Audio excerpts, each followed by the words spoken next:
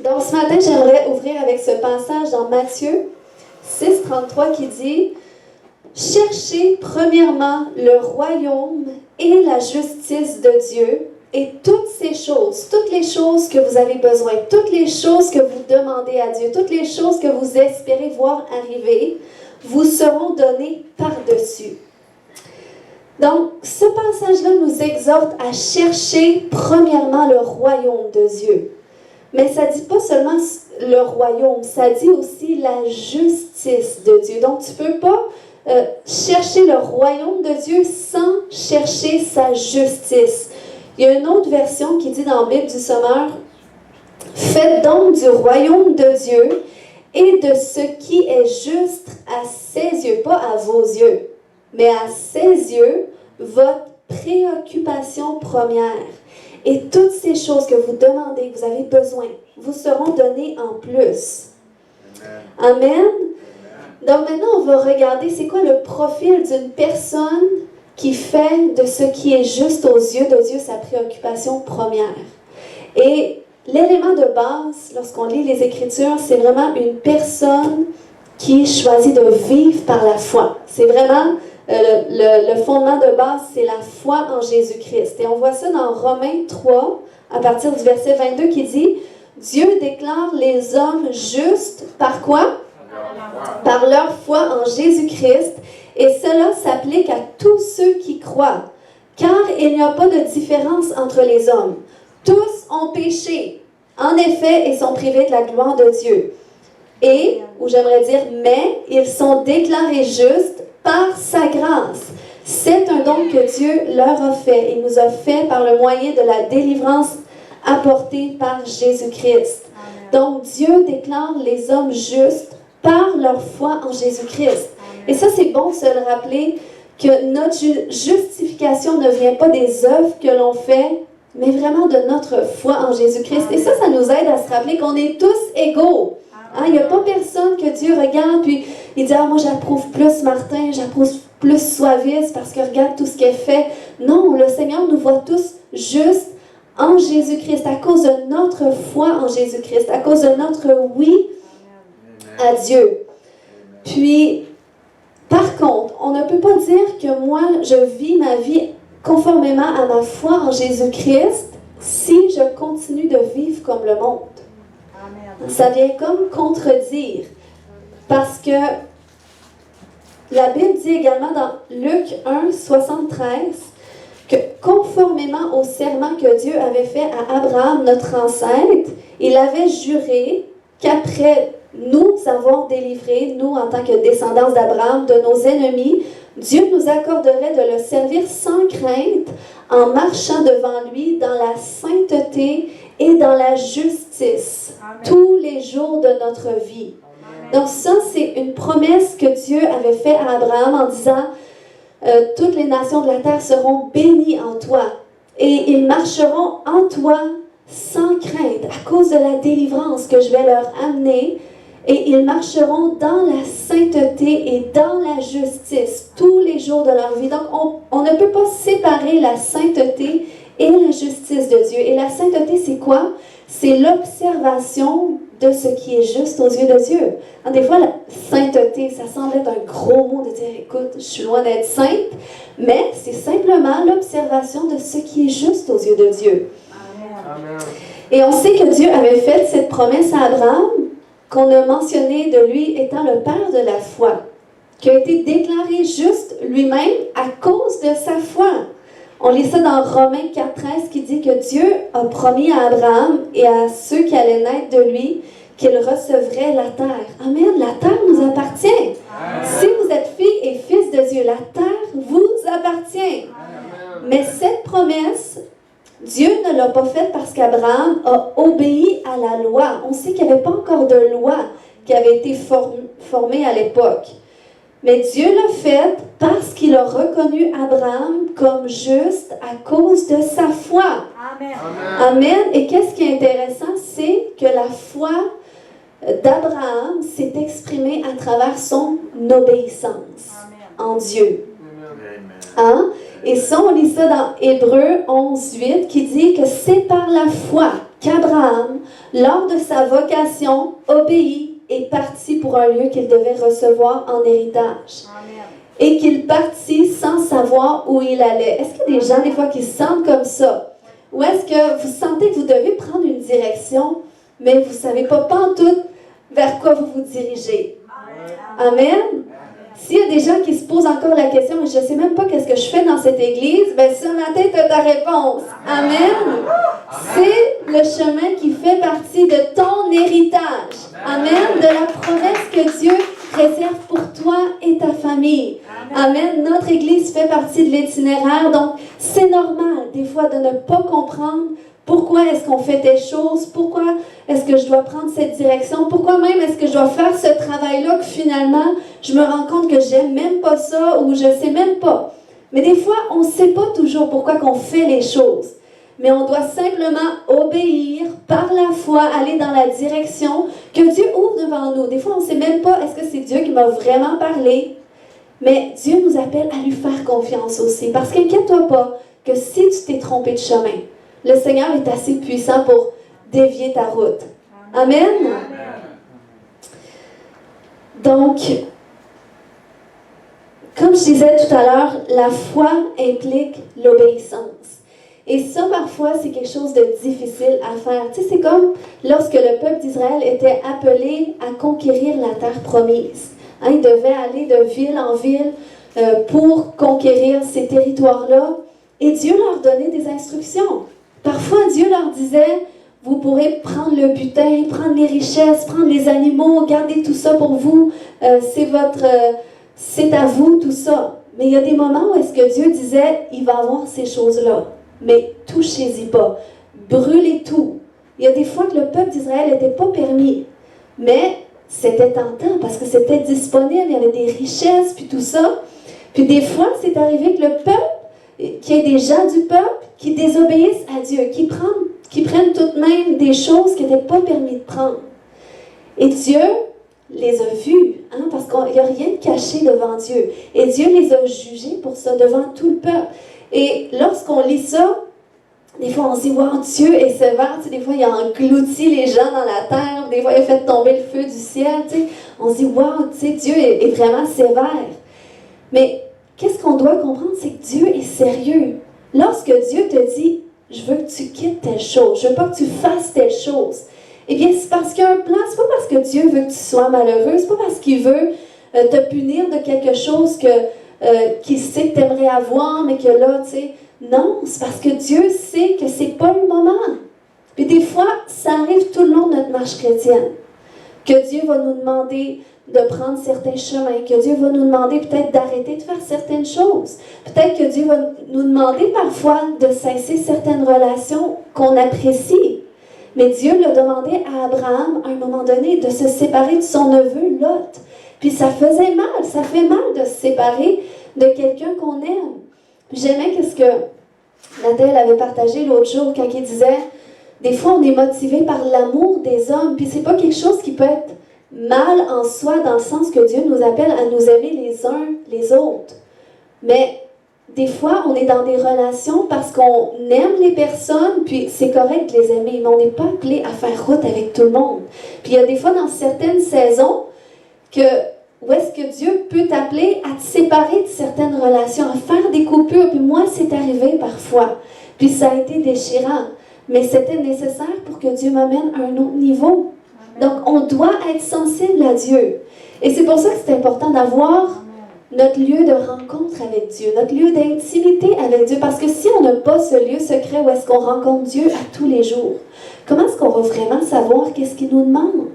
Mais lorsque tu chéris ce temps avec Dieu, ça ne veut pas dire que Dieu va toujours te dire tout clairement.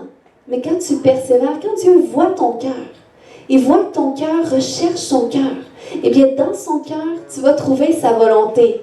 Amen. Donc, c'est important d'être sensible à Dieu parce que justement, quand il nous amène à vivre en alignement avec la foi en Jésus-Christ, il va nous amener à faire des choix. Il va nous amener sur ce chemin d'obéissance. Amen. Puis, tu sais, des fois, ça peut être parce qu'on doit être sensible. Je crois que dans ces temps de réveil, de réformation, le Seigneur veut constamment nous mettre dans cette endroit où est-ce qu'on est prêt pour le changement, où est-ce qu'on est prêt pour une direction, où est-ce qu'on est prêt pour une instruction, où est-ce qu'on est ouvert au changement. Hein? Puis il y a des gens qui aiment bien leur petite routine. Ça fait genre 25 ans qu'ils connaissent le Seigneur puis qu'ils font la même routine à tous les matins. Puis à tous les jours, puis ils vont à l'église une fois par semaine. Puis c'est comme, il y a des nouvelles choses qui rentrent, puis ils ne sont pas dedans. Pourquoi? Parce qu'ils n'ont pas appris à se mettre à jour avec qu'est-ce que Dieu fait. Mais je pense qu'on doit avoir cette ouverture-là de dire, écoute, mon église a fait un jeûne et prière une fois par mois, 3 jours semaine. Moi, je suis quelqu'un qui a de la misère à jeûner. Alors pourquoi est-ce que je ne participerais pas avec mon église? Amen. Puis c'est des temps qui sont puissants, je vous dis. Puis moi, je vais continuer de le faire. Même si je suis toute seule qui me connecte sur le Zoom pendant 3 jours, je vais le faire quand même. Parce que je le faisais toute seule avant. Mais le Seigneur a mis dans mon cœur de joindre l'Église. Et s'il y en a un autre, puis un autre, puis un autre, c'est correct. Je ne le fais pas pour faire plaisir aux gens, mais je le fais parce que je sais que c'est ce que la parole de Dieu nous recommande. Amen. Amen. Ou te joindre à notre jeudi de prière. Peut-être que toi, tu es habitué de venir juste le dimanche. Mais peut-être que le Seigneur t'appelle à faire un pas de plus, à dire, écoute, je vous dis, les jeudis, Samuel, c'était pas pour de la pub qui disait ça tantôt. La présence de Dieu est tellement forte le jeudi. C'est comme on est 8, on est 10. Des fois, on est moins que ça. Puis, c'est comme le Seigneur prend le contrôle. L'heure de prière, elle passe comme 10 minutes. C'est pas long, puis c'est comme le Seigneur, il nous inspire des choses. C'est tellement bénissant. Donc, je vous invite à faire des pas de foi comme ça. Puis c'est juste des exemples. Je sais qu'il y en a qui ne peuvent pas, puis c'est correct. Mais c'est d'être ouvert à Dieu, à dire, écoute Seigneur, si je peux faire quelque chose de plus, si Seigneur Dieu, je peux... Seigneur, qu'est-ce que je peux faire? Amen. Qu'est-ce que tu veux que je fasse là où est-ce que je suis rendue dans ma trajectoire avec toi? Amen. Amen. Donc... ce qu'il faut savoir aussi, c'est que ce chemin de foi sur lequel Dieu nous conduit, c'est un chemin qui est humainement insécure. Amen. OK? Qui est illogique. Des fois, ça ne fait pas de sens. Imaginez un instant, souvent on lit cette histoire-là dans le temps de Noël, mais imaginez un instant quand Joseph a appris que Marie était enceinte. Puis que Marie lui annonce, écoute, le Saint-Esprit est venu sur moi, puis... il est arrivé ce que tu vois, je suis enceinte. Tu sais, Joseph a dû dire, ben oui, tu sais, qu'est-ce qu'elle me raconte là? Tu sais, voir si je vais gober ça. Puis, tu sais, c'est sûr qu'il était tourmenté, là, puis il était perturbé. Puis la Bible nous dit que Joseph, il pensait de la laisser parce qu'il se disait, écoute, je peux pas continuer comme ça, moi je te nomme juste, puis... tu sais, peut-être qu'il croyait, mais disait en même temps, c'est trop bizarre, puis je peux pas continuer là-dedans. Puis la Bible nous dit que Dieu a entendu ces incertitudes. Et dans Matthieu 1, 19, ça dit « Joseph, son fiancé, qui était un homme juste et qui ne voulait pas l'exposer au déshonneur, se proposa de rompre secrètement avec elle. Comme il y pensait, un ange du Seigneur, hein? Comme il y pensait. Donc peut-être qu'il n'y avait pas vraiment d'intimité avec Dieu. C'était comme un... Dieu l'avait choisi comme ça, puis lui, il n'était pas préparé à ça. Puis il pensait à tout ça. Un ange du Seigneur lui apparut dans un rêve et il dit « Joseph, descendant de David, n'aie pas peur de prendre Marie pour femme, car l'enfant qu'elle porte vient du Saint-Esprit. Elle mettra au monde un fils et tu lui donneras le nom de Jésus, car c'est lui qui sauvera son peuple de ses péchés. » Donc vous voyez, Dieu a entendu ces incertitudes et il est venu se révéler à lui. Puis, tu sais, Joseph, il a pris cette autoroute-là, puis ça lui demandait la foi, parce que ça faisait pas de sens. Puis même qu'il y a eu, qui ont accouché de Jésus dans un endroit aussi qui n'était même pas approprié pour avoir un bébé dans une étable. Puis il n'y a rien qui faisait du sens, puis Joseph, il ne comprenait pas non plus. Puis Dieu savait. Et Dieu, qu'est-ce qu'il faisait? C'est une couple de fois, je pense 2-3 fois par rêve. Dieu s'est révélé à lui, puis il lui disait la prochaine étape. Là, demain, tu vas te réveiller, tu vas prendre cette autoroute-là, tu vas te rendre à telle place.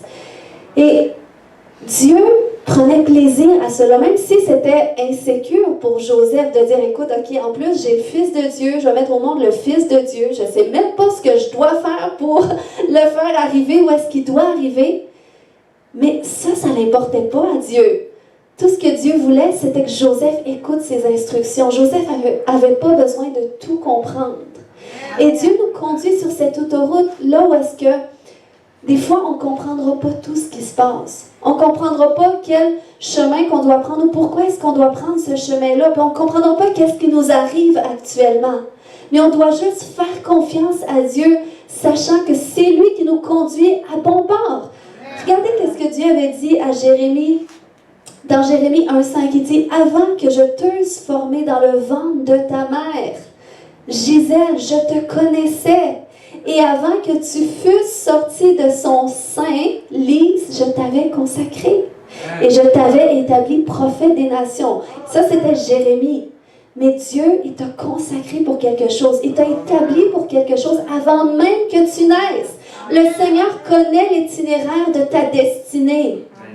Puis, ça, c'est important aussi qu'on puisse dire à Dieu, écoute, Seigneur, c'est quoi vraiment? Quel appel est-ce que tu as rattaché à ma vie? Puis des fois, on ne le comprend pas tout de suite. Mais c'est correct qu'on cherche à comprendre ça. Parce que même Abraham, avant qu'Abraham quitte son pays, sa patrie et tout ce qui était habitué, Dieu lui avait annoncé la promesse qui venait avec ça, qu'est-ce qui était rattaché à sa destinée. Donc, c'est important qu'on questionne Dieu, puis Dieu peut vouloir faire de toi un leader d'influence dans la société. Il peut vouloir faire de toi quelqu'un qui est appelé au ministère. Il peut vouloir faire de toi un père pour des perdus, pour des enfants de Dieu qui ont besoin d'avoir un père spirituel ou une mère spirituelle. Nous sommes tous appelés et choisis de Dieu. Amen.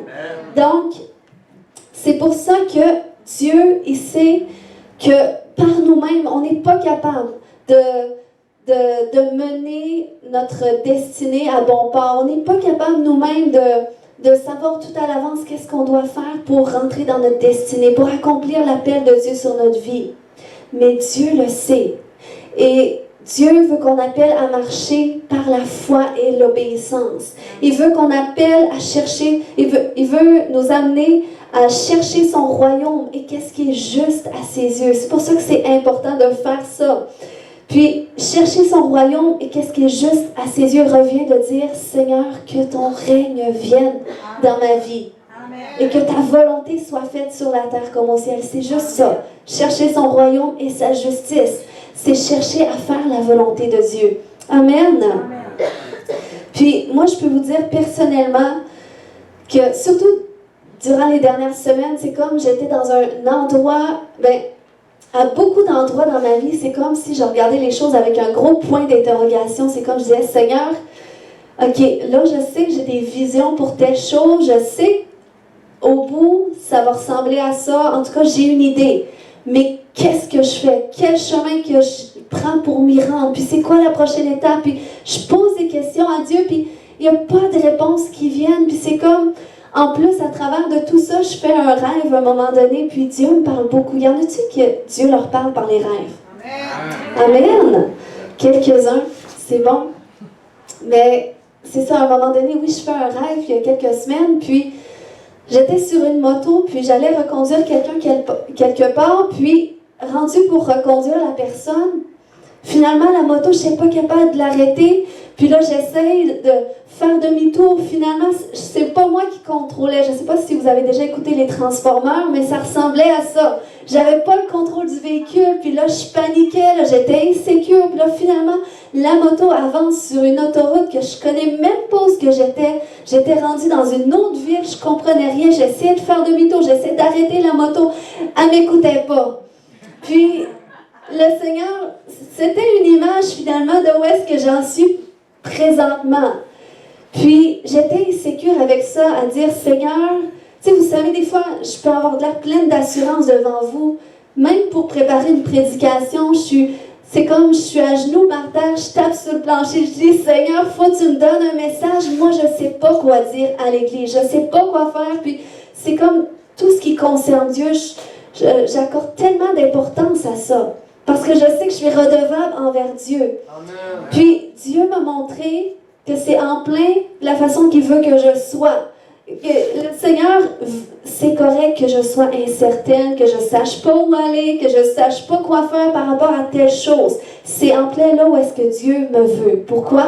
Parce que je suis dans une posture totalement dépendante à Dieu, pleine d'humilité, et c'est ce que Dieu veut. Amen. Je ne sais pas si ça encourage quelqu'un aujourd'hui qui peut s'identifier à ça aussi. Puis le Seigneur m'a donné ce passage-là dans Michée 6:8 qui dit « On t'a fait connaître, ô hommes et femmes, ce qui est bien, et ce que l'Éternel demande de toi, c'est que tu pratiques la justice, que tu aimes la miséricorde et que tu marches humblement avec ton Dieu. » Donc ça, c'est les 3 choses que Dieu nous demande, essentiellement. Et si Dieu dit que c'est ce qui est bien et c'est ce que l'Éternel demande, ça veut dire que si on fait ces 3 choses-là, c'est que Dieu approuve qu'est-ce qu'on fait. Et lorsqu'on a l'approbation de Dieu, ça veut dire qu'on a sa bénédiction. On peut être assuré que la bénédiction va suivre qu'est-ce qu'on fait. Amen. Donc, si on regarde pratiquer ce qui est juste,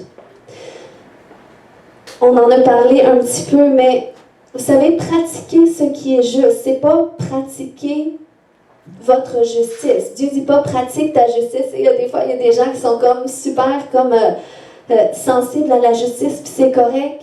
Mais c'est comme il y a des gens qui se battent pour leur justice. Mais là, il dit pas pratique ta justice. Il dit pratique ce qui est juste. Donc, ce qui est juste, oui, dans ce monde. Parce que dans ce monde, il y a un système de lois à respecter, puis c'est important qu'en tant qu'enfant de Dieu, qu'on se soumette aussi à nos dirigeants. La Bible nous le recommande. Puis, pratiquer ce qui est juste, c'est aussi de respecter les principes du royaume de Dieu. C'est ça aussi, pratiquer ce qui est juste. Puis, un bon exemple de quelqu'un qui a pratiqué ce qui est juste dans la parole de Dieu, c'est Daniel. Hein? On se souvient, Daniel, lorsqu'il a été déporté à Babylone, ça nous dit que Daniel, l'Esprit de Dieu était sur Daniel. Parce que Dieu avait mis en lui un esprit supérieur. Et nous avons reçu l'esprit supérieur. Amen? Amen. Puis, on sait que Daniel a intégré le royaume de Babylone, puis qu'il a été parmi les grands. Hein? Il était près du roi, puis que Dieu a permis que Daniel soit dans des positions d'influence dans la société. Puis, Daniel, c'était un homme qui respectait les lois. Pour que Daniel se rende là, c'est parce qu'il respectait les lois. Puis même Daniel s'était fait donner un autre nom, hein, le nom du Dieu, du roi qu'il avait établi à l'époque. Puis Daniel n'a pas commencé à contester, puis à faire tout un plat. Non, Daniel se soumettait au roi, mais en même temps, il continuait à se soumettre à Dieu. Hein? Puis on sait qu'à un moment donné, lorsqu'il y avait une loi qui avait été sortie, qu'on n'a pas le droit de prier un autre Dieu que le roi, eh bien, cet homme-là irait dans la fosse au lion. À un moment donné, c'est sorti. Eh bien, Daniel ne s'est pas soumis, par contre, à ça. Parce que oui, il se soumettait au roi, au système de justice mis en place. Mais il était soumis tout d'abord à son Dieu. Donc, il ne voulait pas désobéir à Dieu en disant, il savait de toute façon que c'était une attaque contre son Dieu. Donc, il a continué de prier tout de même si ce n'était pas permis par la justice de son époque. Et Daniel s'est ramassé dans la fosse au lion. Mais à cause de sa foi, à cause de son obéissance sur ce chemin incertain, eh bien, Dieu a manifesté sa gloire à travers de lui.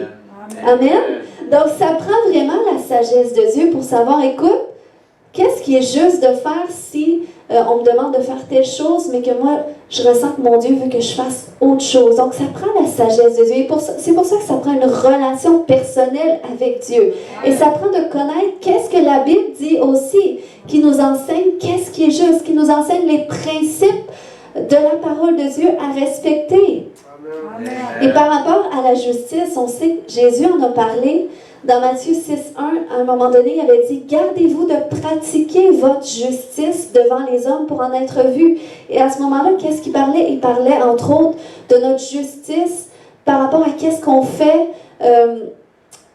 par rapport à notre relation personnelle avec Dieu. Qu'est-ce qui concerne notre vie personnelle avec Dieu qui est comme notre justice. Lorsqu'on prie, lorsqu'on jeûne, ça fait partie de notre justice. Parce que c'est quelque chose qui exprime ma foi en Dieu. lorsque je prie, lorsque je jeûne, lorsque je donne pour le royaume de Dieu. Et c'est ce qu'il parlait, c'est de ces trois choses-là qu'il disait. Et il disait de ne pas faire ces choses-là pour le paraître, pour ne pas dire, écoute, je suis spirituel, puis de faire ça pour les bonnes choses, avec des bons motifs dans ton cœur, que ce soit pour chercher ton Dieu que tu fais ça. Amen. Amen. Puis, pratiquer la justice, c'est aussi de laisser Dieu nous faire justice. Hein? Lorsqu'on vit des circonstances injustes, est-ce qu'il y en a des fois qui vivent des circonstances injustes? Amen. Donc, je ne suis pas toute seule, mais c'est ça, des fois, on vit des circonstances injustes, des choses qui sont imprévues, hein? Des choses que tu n'avais pas planifié que ça t'arrive, puis qui sont difficiles.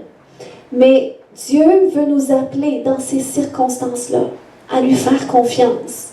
Selon Romains 8, 28, qui dit « Nous savons, du reste, que toute chose concourt au bien de ceux qui aiment Dieu et de ceux qui sont appelés selon son dessein. » Et moi, j'aime tellement ce passage-là de la parole de Dieu. Personnellement, c'est un passage que j'ai connu au début de ma marche avec Dieu.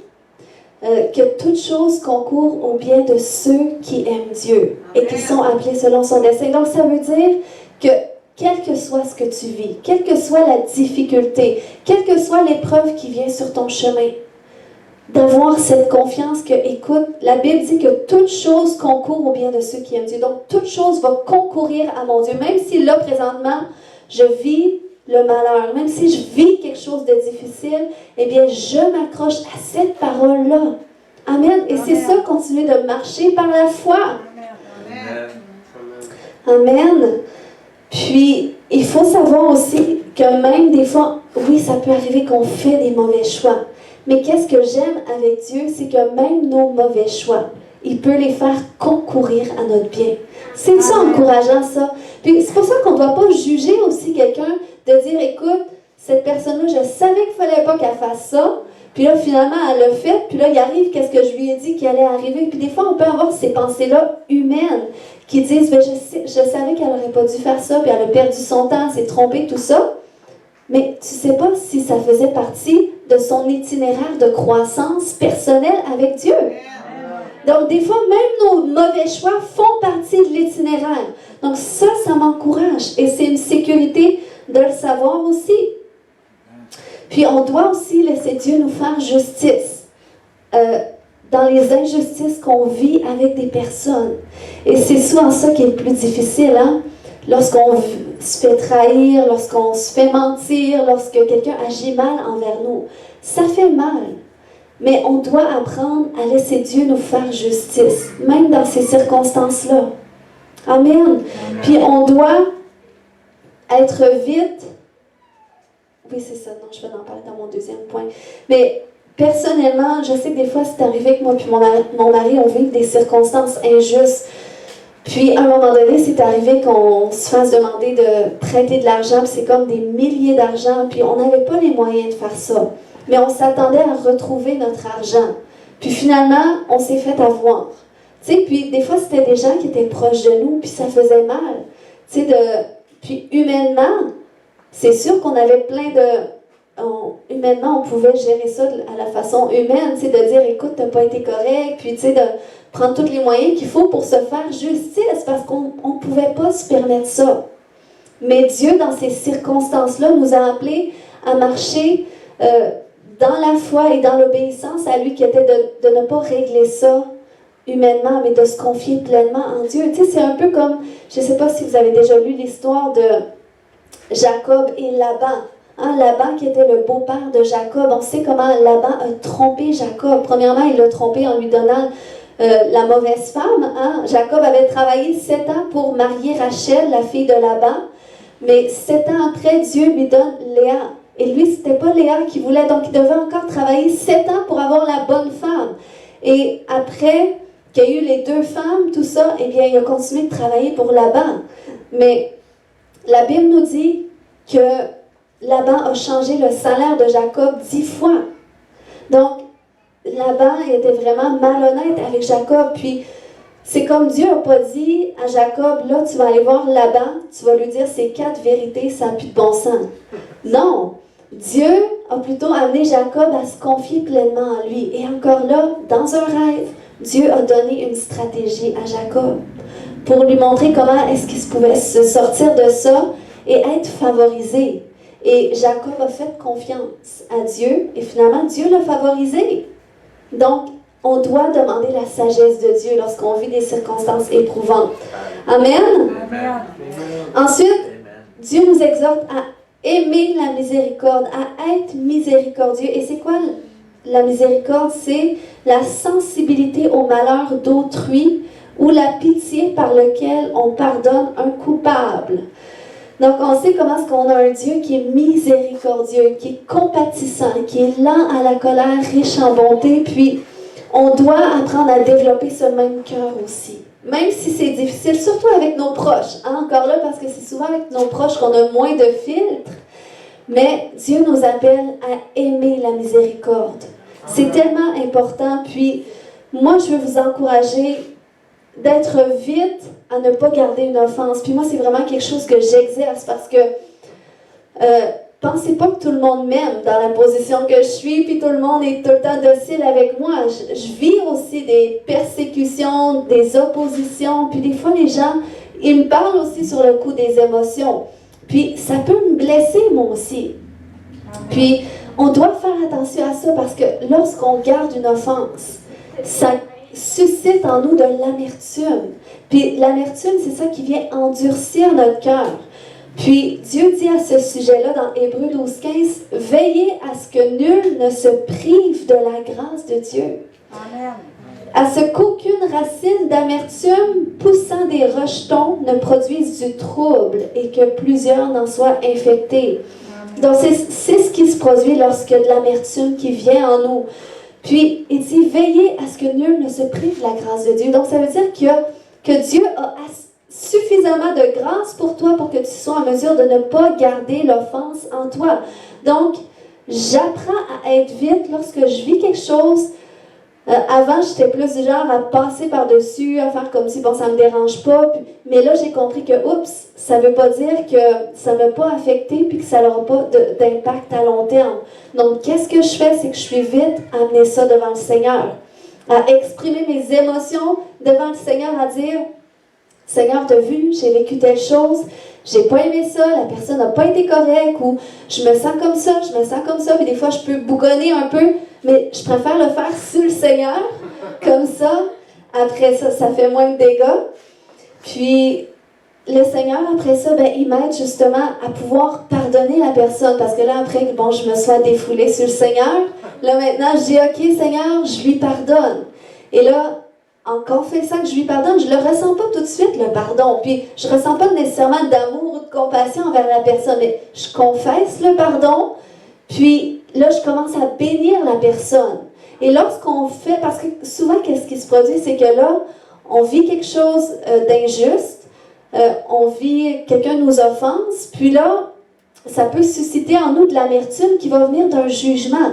Puis là, on va dire à la personne, pourquoi qu'elle fait ça, puis elle n'aurait pas dû faire ça, elle ci, elle ça. Donc là, on va avoir du jugement en nous qui va venir. Et la Bible nous dit, on vous jugera du jugement dont vous jugez. Hein? Donc là, ça nous avance à rien. Parce que nous qui voudrions être justifiés, ben là, on est en train de juger. Et là, la Bible nous dit qu'on va vous juger. Et ça, c'est pas parce que c'est Dieu qui veut le faire, mais c'est la parole de Dieu. Et le diable connaît aussi la parole de Dieu. Donc, on doit faire attention. Et là, pour qu'il n'y ait pas de jugement qui vienne dans notre cœur, on met ça sur Dieu.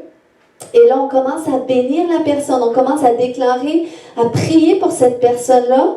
Et c'est là que l'amour de Dieu va venir en nous, va venir s'occuper de la blessure que ça a occasionné. Et Dieu va nous faire justice. Il va s'occuper de cette personne-là. Parce que nous, on n'a pas le pouvoir de convaincre personne. On n'a pas le pouvoir de changer la volonté de quelqu'un ou de changer le cœur de quelqu'un. Mais Dieu a le pouvoir de le faire. Amen. Amen.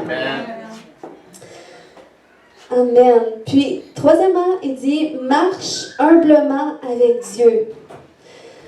Et pourquoi marcher humblement? Parce que c'est vraiment dans l'humilité que Dieu relâche la grâce. J'aime beaucoup ce passage de Jacques 4,6 qui dit, il accorde au contraire une grâce plus excellente. C'est pourquoi l'Écriture dit, Dieu résiste aux orgueilleux, mais il fait grâce à qui?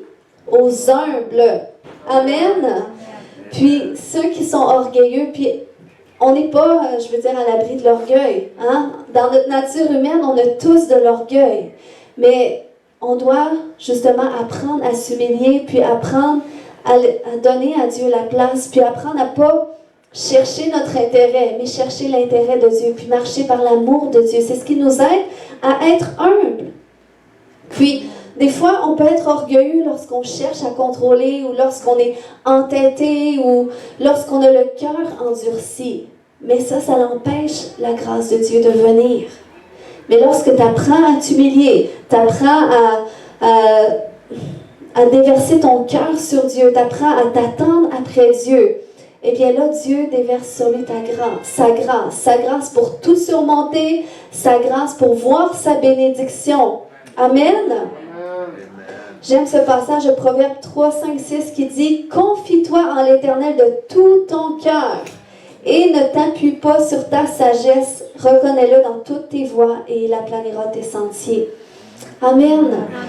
Donc, j'aimerais encourager quelqu'un ce matin en conclusion pour te dire « Persévère dans la foi. » Amen. Quel que soit qu'est-ce que tu vis présentement, quelles que soient les épreuves peut-être que tu traverses, le Seigneur est avec toi. Amen. Puis il t'appelle à reposer sur lui, reposer sur sa grâce. Amen. Il t'appelle à chercher son royaume.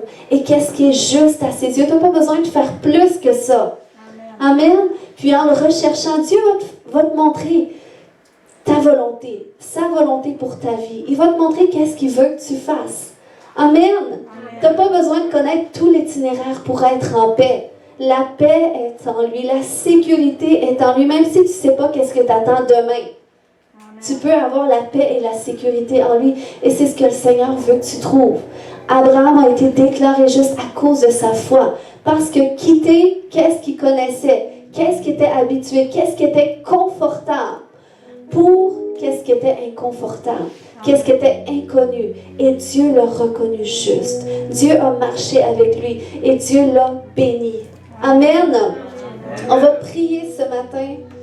Je crois que le Seigneur veut relâcher sa grâce sur toi aujourd'hui, qui veut relâcher des stratégies divines dans qu'est-ce que tu traverses. Puis, je sais que le Seigneur dit à quelqu'un, bon et fidèle serviteur. C'est comme si je ressens dans mon esprit que le Seigneur dit à quelqu'un, c'est comme si tu as tendance à être trop dur envers toi-même. C'est comme si tu as tendance à être vite à voir qu'est-ce que tu n'as pas fait, vite à te condamner. Mais sache que ça, c'est pas Dieu qui te dit ça. Ça, c'est pas Dieu, parce que Dieu est avec toi. Puis Dieu t'aime, puis Dieu te conduit. Donc, arrête d'être dur avec toi. Arrête d'être dur avec toi. Il marche avec toi. Il marche avec toi. Puis il est fier de toi parce que tu lui as dit oui. Il te considère comme juste. C'est pas plus. Il veut pas plus. C'est lui qui te conduit. Puis c'est normal que tu comprennes pas tout. Parce que c'est lui encore qui va te montrer. Oui, c'est l'appel rattaché à ta vie. Mais c'est l'appel de Dieu. C'est son appel à lui. C'est ses plans que lui a prévus pour toi. Donc fais-lui confiance. Alléluia. Je ressens que le Seigneur, il veut te libérer des fardeaux, de ces fardeaux justement de ne pas connaître, de ne pas savoir, ces fardeaux justement d'être dur envers toi. Alléluia. Est-ce que vous voulez vous lever ce matin? Levez-vous devant le Seigneur. Vous êtes là pour rencontrer le Seigneur. Le Seigneur est là devant toi ce matin. Est-ce que tu peux le voir dans l'esprit? Il est devant toi. Il est devant toi et dit, donne-moi tes fardeaux. Donne-moi tes fardeaux. Fais un échange avec moi. Je marche avec toi. Je marche avec toi. Le crois-tu pleinement? Alléluia. Au nom de Jésus, je viens ôter tous ces fardeaux de toi. Je viens ôter toutes ces inquiétudes de toi.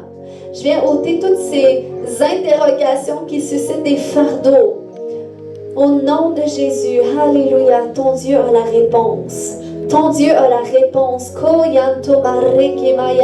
Si tu pries en langue quelques instants. Prie en esprit. Alléluia. Oh Saint-Esprit. Viens parler à notre âme, Saint-Esprit, ce matin. Viens nous parler personnellement, Saint-Esprit. Il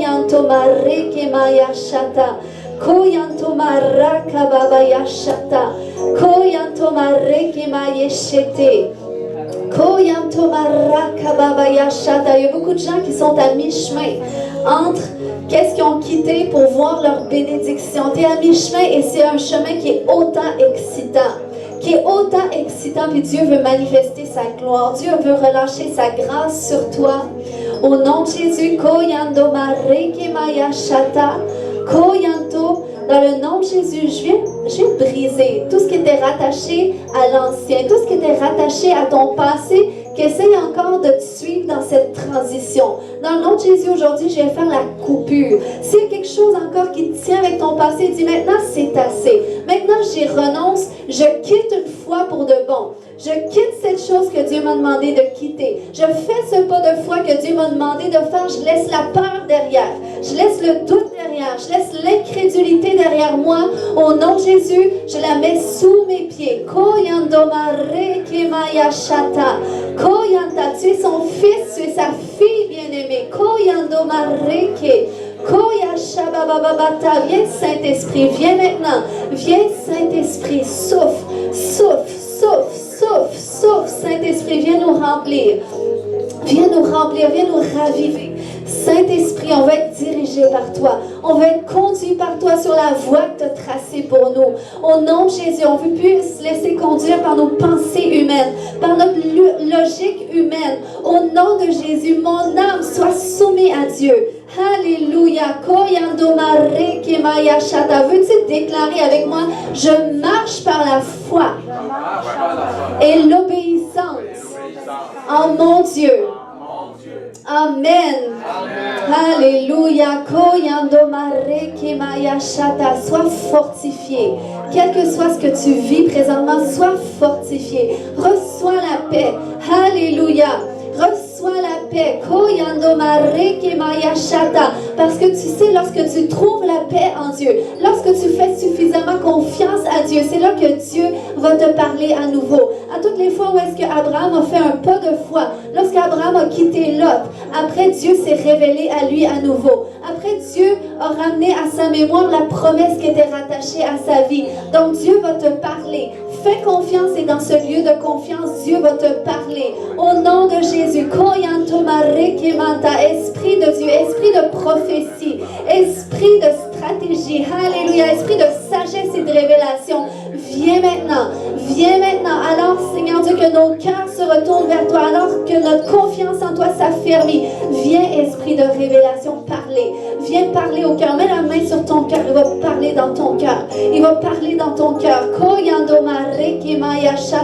Tu reçois des instructions. Tu reçois des directions. Tu reçois un encouragement. Tu reçois la paix. Alléluia. Tu as la paix parce que tu sais que tu es au bon endroit. Alléluia. Merci Jésus. Merci Jésus. Merci Seigneur pour cette église qui marche par la foi et non par la vue. Merci pour cette église, Seigneur Dieu, qui marche dans ton royaume ici-bas et qui amène la manifestation de ton royaume au nom de Jésus. Alléluia.